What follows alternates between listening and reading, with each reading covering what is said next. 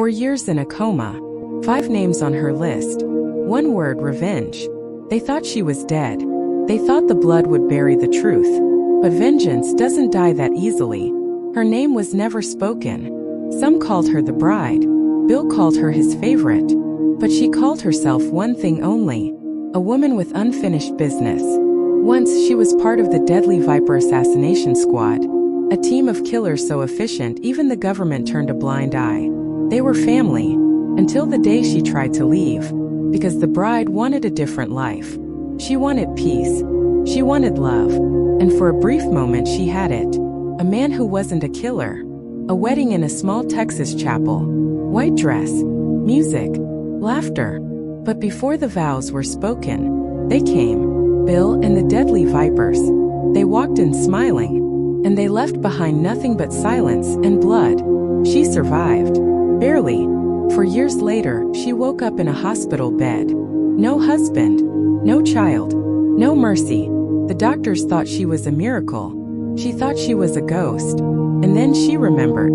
The chapel. Bill's face. The gun. That's when her heart turned cold. She made a list. 5 names. 5 people who took everything from her. At the top, Bill. But first she would make the others pay. Her first stop, Pasadena. A quiet street. A pretty house. And inside her old teammate Vernita Green. Now she was a mother. A wife. Living the life the bride once dreamed of. The doorbell rang. 2 killers met again. No words. Just violence. A knife fight through broken furniture and glass. Until a small voice said, "Mommy." And just like that it stopped. A 7-year-old girl stood at the doorway. The bride looked at her and saw her own child in her eyes. She walked away, but not before saying, "When you grow up and still feel raw about it, I'll be waiting." Next, Japan. Tokyo's neon lights reflected in her eyes like fire, because there, in the heart of the Yakuza world, ruled Oranishi, the woman who had once been her sister in blood, and now her second target. Orin had her own story. She watched her parents die when she was 9, killed by gangsters. By 13, she killed the man responsible. By 20, she was queen of the underworld. Cold, beautiful, deadly. But the bride wasn't coming to admire her. She needed a sword. Not just any sword. A Hattori Hanzo sword, the greatest ever made.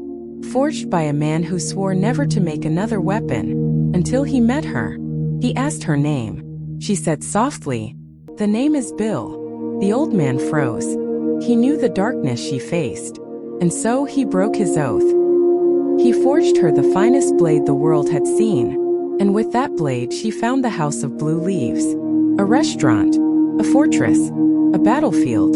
Inside waited Orin and her army, the crazy 88. 88 swords.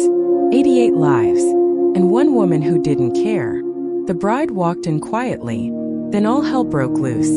Steel clashed. Limbs fell. Blood painted the snow outside the paper doors. She was unstoppable. Graceful. Relentless. Every swing was a memory. Every cut, a promise kept. By the end, only one remained. Oranishi. They met beneath the falling snow. No words. Just respect. 2 warriors. 2 destinies. And one final moment of truth. Orin said, "Your Hanzo sword, very impressive." The bride replied, "I hope you saved your energy, because if you haven't, you might not last 5 minutes." And she didn't. With one clean strike it was over. Snow fell. Silence returned. The bride wiped her blade. Another name crossed off the list.